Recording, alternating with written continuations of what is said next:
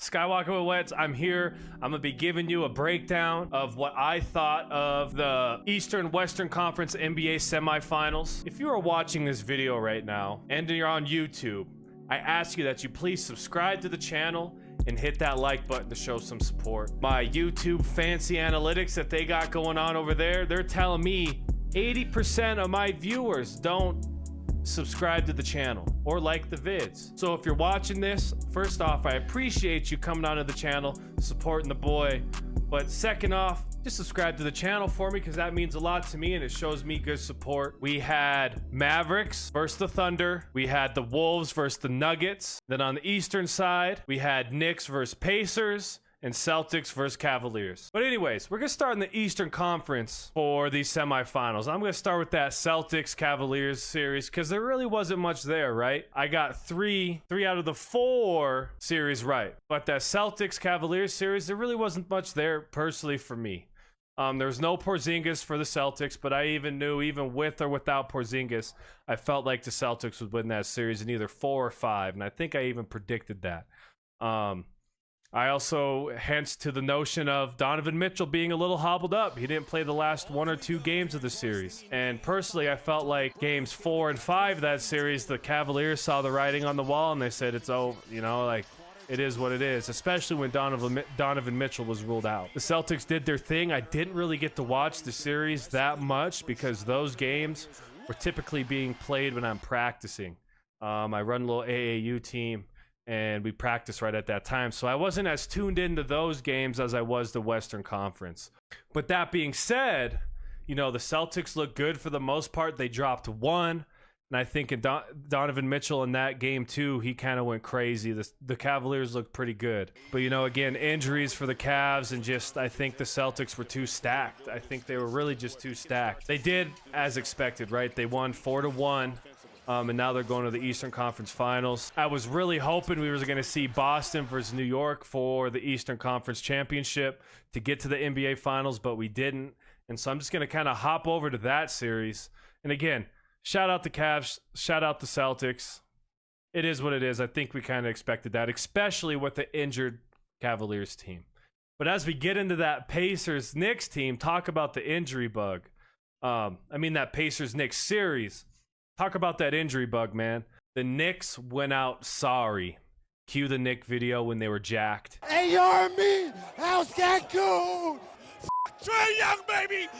Trae Young! You know, when they're like, New York, we're coming for you, Halliburton. They're just going crazy, and that's what you love about Knicks fans. That's why I wanted to see them go against the Celtics. But are they cursed? I don't know. I feel bad for the New York fans, man, because I thought they had everything they needed to get to the Eastern Conference Finals, given the landscape going into this second round of the playoffs. Jalen Brunson had a crazy series for the most part, but with the Knicks, once OG Anunoby went out, that's when everything kind of turned. Pacer Wolves Finals would be crazy, and I appreciate you coming in here, Hef. Thank you, brother. All love. That's when the series kind of switched. Let's take a look at it. I got my stuff pulled up over here. How did that series go in terms of games? It went, Knicks won the first 2. So, yeah. So the Knicks won the first 2 of the series. Knicks are going to do what they're supposed to do. Brunson's hitting, DiVincenzo's going crazy. Josh Hart's doing his thing. OG's doing his thing. But then OG kind of gets a little hurt there, man. He gets hurt at the end. I think it was game 4 or game 3 or game 4. OG got hurt because he sat out a couple games there. But the Knicks won the games 1 and 2 in New York, but then they go to Indiana. And first off, this Knicks-Pacers matchup's dope. If you remember, if you're my age, I was just a little guy, if not even born yet, just first couple of years. Knicks-Pacers was crazy. You had Reggie Miller versus Patrick Ewing, John Stark. This goes back, and then now you have Reggie Miller in that booth. Right, you have Reggie Miller in that booth, and so he was kind of carrying that swag around with him and pulling for the Pacers. You got to love it. But, you know, then they go back to Indiana. They win a close one by 5. They take game 3, and you're like 2-1. You're like, okay, let's see. I expect the Knicks to at least get game 2, and if they get game 4, They get game 4, it's wraps, right? But then the Pacers win by like 30 in game 4, and we go 2-2 back to the Garden. You're like, oh, we got a series now. But this is all when OG kind of got hurt, right? The Knicks take it back in the Garden. They win by 30 themselves. Go back to Indiana for game 6. Indiana wins by 13. And then we got a game 7 set up for, it was yesterday. Today, the pod's being filmed on Monday, May 20th. That game 7 was last night. Well, yesterday on May 19th. The Pacers did their thing, but the worst thing possible could have happened in that game, right? In the beginning of that second half, I believe. Jalen Brunson goes down with a fractured hand. And then once you saw Jalen Brunson kind of go out, I felt like it was wraps. The Pacers are good enough already to, to obviously beat the Knicks. But when you take Jalen Brunson out of that equation, I felt like it was wraps. DiVincenzo did his thing. He had damn near 40. But just across the board, and if you look at all of the stat sheets from every game, for the most part, the Pacers are they're pretty evened out across the stat line in terms of who's scoring and who's contributing in that assists, steals, rebounds areas. I think that's hard to beat. That's hard to beat, especially when you're hurt and the other team's consistent like that. For example, last night, Pascal, he had 20. Naismith had 19. Miles Turner had 17. Nembhard had 20. Halliburton had 26. You got 12 off of TJ McConnell coming off the bench. For me, that's just really hard to beat, especially when on the other side, DiVincenzo went crazy. Brunson had 17 through about 2.5 quarters. Josh Hart didn't do much. And then you had Alec Burke, who got minutes, but he didn't get too many minutes throughout the season. I think he got traded there middle of the season, but he had 26. But when you have when you're banking on DiVincenzo and Hart and McBride and those guys to be the Pacers team, they made the in-season tournament championship, lost to the Lakers. It was wraps. And yeah, like Hef said in my chat, he said the bad injury luck all year, they could have matched up well with the centers. Oh, absolutely. Because look who got hurt in that first round matchup. Mitchell Robinson. Mitchell Robinson got hurt. Julius Randle got hurt in January. Then Brunson goes down. And it's just like, oh, wow. Imagine if they were fully rostered. That's a really hard team to beat. And that's always going to be the what if about this season, right? Is what if they were healthy? What if they, X, Y, and Z? But reality of it is, you weren't healthy and you don't make it. Now I feel for the Knicks fans because they're fun. They absolutely go crazy. They go insane. I love it. But man, they went out sorry, and it necessarily wasn't their fault. It was kind of out of their hands. They're definitely going to be stacked for next year. They played their asses off. But you also got to get hats off to the Pacers for doing what they needed to do. They lost 2, got 2 back. Then the injuries come into a play. But they did what they needed to do to advance. It's survive and advance. Pacers were getting roasted for their defense, and they showed up when it mattered. Well, that's the thing with the Pacers, right? The Pacers are going to go crazy on offense. The other team scores, the Pacers are already up the court after the inbound, right? And no, their defense isn't elite, but Pascal can D up. Nembhard could D up every night. You know what I mean? Miles Turner is known to be a really good rim protector. They had guys like Obi Toppin contributing. TJ McConnell, again, he's not a big, but I think TJ McConnell's kind of that little glue guy coming off the bench that can pick up where Halliburton left off, right? But it was a good series. You have to feel for the Knicks fans because this is worst case scenario. You know how they take their sports, but it is what it is. Injuries happen, and you just have to live with that and bank on next year getting back to the same spot. But it's deflating because a lot goes into getting to that point of your season, one game away from the Eastern Conference Finals. So we have Celtics, Pacers coming out of the East in a 7-game series. I got to go with the Celtics. I think I'm going to go Celtics in 6. I think the Pacers are going to give them a good run. I think a lot of this also depends on Porzingis' health. I think the Pacers are a much different team, obviously, than the Cavaliers. The Pacers play a quick, fast-paced, offense. They have scores. Halliburton. I don't know if you could really do much with Halliburton, but here's the thing. the Celtics have Drew Holiday, and I would expect the Celtics to go put Drew Holiday and just have him pick Halliburton up full court most of the time. Celtics have guys they can throw on Halliburton. But you got to keep an eye on that Halliburton versus Drew Holiday matchup. Drew Holiday is the guard killer. And look, when you look back at that finals run he had with the Bucks when they beat the Suns, he made the big steals. He was clamping when he needed to clamp. It's going to be fun. It's going to be fun. But I'm going to go Celtics in 6 or 5. I think the Celtics have more guard and forward talent. And if Porzingis comes back, I think they're thinking game 2 or game 3 he might be back. He does a lot for their offense too. Put him in a pick and roll, pick and pop situations. He can protect the rim as well. He's a walking 30 piece if he's on that night for the Celtics. On top of Jason Tatum, Jaylen Brown, Derek White, Drew Holiday is going to go get his. I expect the Celtics to win in 5 or 6 games. I'll say that. I think 5 or 6 games Celtics win, but I think the Pacers play them pretty close. I think some of these games are going to be close, but given the Pacers style of play, if the Celtics put a good game plan in place and they're able to execute the way they want to, if you slow that game down, can the Pacers execute in the half court? I guess we'll see, but I'm going to go Celtics in 5 or 6. Getting over to the Western Conference Semifinals, and this was my favorite. I'm going to go to that Thunder Mavericks series. Called this series too. I called it. I didn't think the Thunder matched up well with Luka and Kyrie. Mavericks big men, Gafford, Lively, PJ Washington. They were phenomenal. I feel like they did a good job. There was a lot of bodies thrown at Chet, and that was kind of what I was alluding to in my last video. Is Shea's gonna go get his, which he did all series. I'm looking at game 3. Just game 3. No, so I'm looking at game 2. What was Chet's line? Game 2. Chet had 11, 6, and 6. Okay? Chet had 11, 6, and 6. That night, PJ Washington had 29 and 11. All right? Gafford had 13, 7, and 2 with a steal and a block. Let's think. Luka had 29, 10, and 10.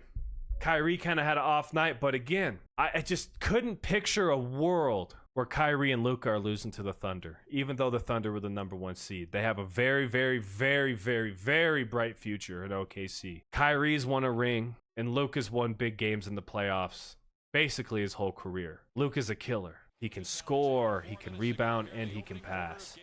Kyrie's arguably the best scorer in the NBA, one of the best scorers in the NBA.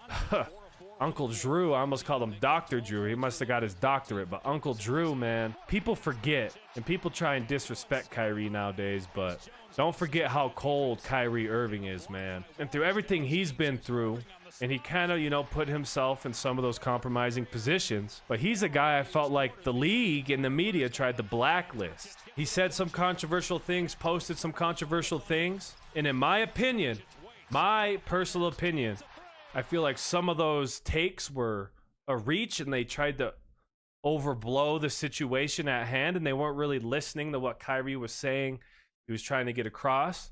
But here he is. He has a new life in Dallas and it looks like it's working fine. Everyone there loves him. They say he's a good guy, good heart. He loves his teammates. He's a family man.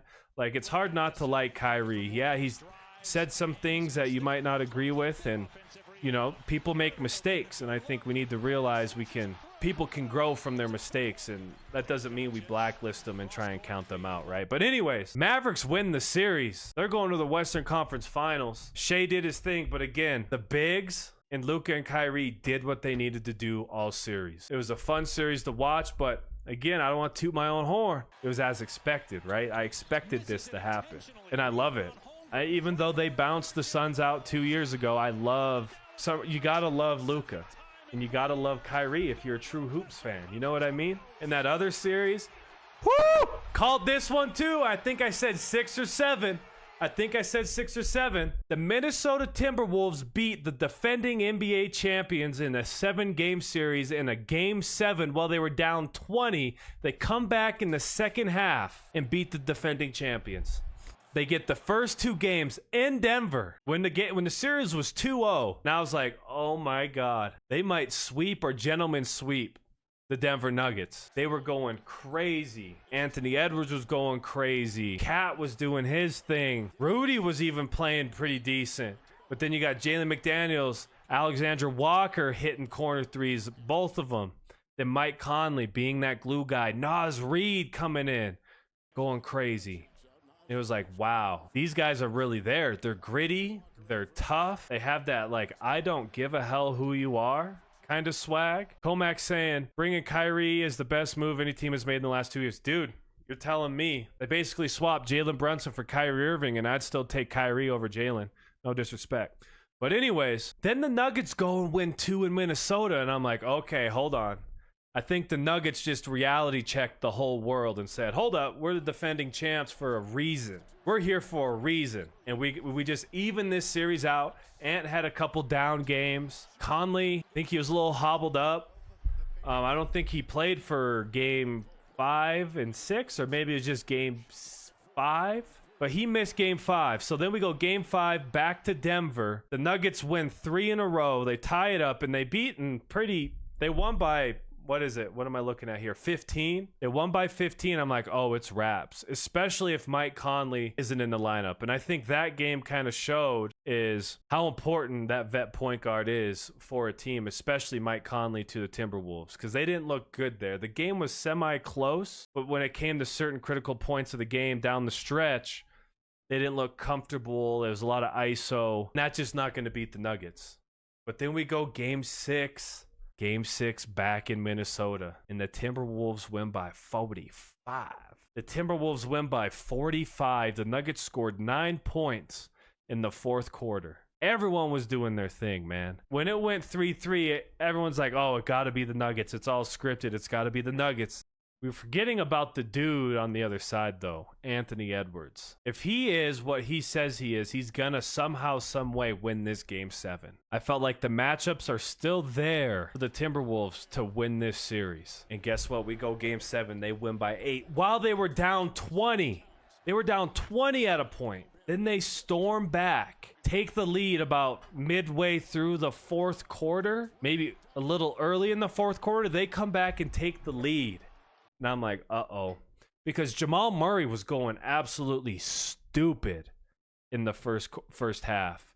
He simmered down in that second half. But Jamal Murray and Jokic were doing anything in their power to make this game go their way, and they advance to the next round. I'm going to get to that question in 1 second, Comac. So Jamal was going crazy in the first half. Ant only had 3 points. He was like 1 for 6 or 2 for something, 2 for 7 or something like that with like 3 points. But in the second half, he made the plays he needed to make down the stretch and hit the shots he needed to hit down the stretch. And everyone stepped up. Everyone stepped up. Cat ended up as the leading scorer of the game. Cat had 23 and 12. Let's look at this box score real quick. Jaden McDaniels had 23. Gobert had 13 and 9. Cat had 23 and 12. Ant had 16, 8 and 7 with 2 steals. Conley had 10, 8 and 4 with 2 steals. Cat had 2 steals. Gobert had 2 steals. McDaniels had 2 steals. Naz Reid had 2 steals with 11 points and 4 rebounds. They stepped up. The Minnesota Timberwolves, they are so game. They are gamers, right? They had their games where they didn't play their best, but they showed up when they needed to. Game like Naz Reid, man. I'm so impressed with Naz Reid. Naz Reid, McDaniels, Alexander Walker. He just be doing cardio sometimes, but I'm just so impressed with this Timberwolves team who hasn't been in these positions, but they're like stepping up, right?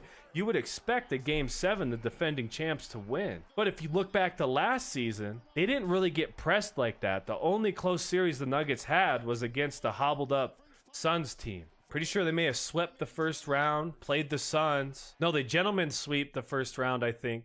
Played the Suns, beat them in 6. They go and beat the Lakers in 5 or 4. Then they go beat the Heat in 5. You look at them, they didn't really get pressed like that last year. They won close games, but in the game 7, I don't think they've been in one. And then the Timberwolves come out and win. So what does that say about the Phoenix Suns now? Did I over-exaggerate? Are we over-exaggerating on the Phoenix Suns? Because we just lost to the guys who beat the defending champs. I'm not saying the Suns could have won a ring, but I'm just saying maybe we weren't as bad as that series made us look. Comac's asking, is Conley an exhibit A on why the Suns shouldn't have gotten rid of Chris Paul? Yeah, that's exactly it, Comac. That's exactly what I was trying to get at there. That veteran point guard goes such a long way. It might not always reflect on the stat sheet, but in terms of controlling the pace, getting your guys to the spots and positions they need to get, getting them the looks they need to get, getting your stars where they need to be, getting Cat and Ant comfortable. It goes such a long way. And I wish the Suns had a Mike Conley on our team, because if we did, it would be wraps, in my opinion. So now we got Timberwolves versus the Mavericks, and this might be one of the hardest decisions I have to make throughout this whole playoffs. I don't know, the finals might be interesting. But so far, this is the hardest take I gotta make, because now we got to look at, it's Luka and Kyrie with the dynamic bigs with the Mavericks versus Ant, Cat, in the size, in the defense of the Minnesota Timberwolves. If we got to match up player to player, I'm going to take the best player on both teams, which is going to be, you could argue Kyrie, but I'm going to say Luka, because he gets boards and assists. So Luka over here, Anthony Edwards over here. I feel like they cancel each other out. I might give a slight edge to Luka, because he affects the game consistently more in those other areas. But Anthony Edwards affects the game more with his defense. So it's interesting. It's really interesting. I'm really excited to see two young stars. I don't think either of them are 25 yet, maybe not even 26 yet. Two young stars going head to head out of the Western Conference to play in the finals. And two franchises who, Timberwolves have never been there. Mavericks were there 12 years ago, maybe 13 years ago. I don't know. My gut tells me the Minnesota Timberwolves will win in 6. The reason why I think that is because, for one, their defense, and I alluded to this in my last video about the Mavericks. They have a lot of big men they can throw at Chet. The Thunder they're not that big. The Thunder aren't as big as the Wolves are. So you have Cat, Naz Reid, Rudy Gobert, like a 4-time defensive player of the year, ready and waiting for these guys. I think the guard play is going to be great. McDaniels is probably going to take Luka, probably put Ant on Kyrie. The guard play is going to be amazing, but what I think this series is going to come down to is the bigs. Can Cat and Rudy step up defensively and offensively to win this series? Because once you let Gafford, Lively, and PJ Washington get comfortable, they could be in trouble. But then you got to think, you got a dog like Naz Reid. Like, it's going to be a fun series. But my gut, I'm going to go Wolves in 6. It might go 7. It might go 7. It might go 5. But I'm saying Wolves in 6. The Minnesota Timberwolves are going to play the Boston Celtics for the NBA championship. And if that's the case, I'll get into that breakdown in my next video. But that is my breakdown of the Eastern and Western Conference semifinals and my Western Conference and Eastern Conference finals matchups. Those are my predictions, and that is my breakdown. Let me know what you think. And again, please like the video. Please subscribe.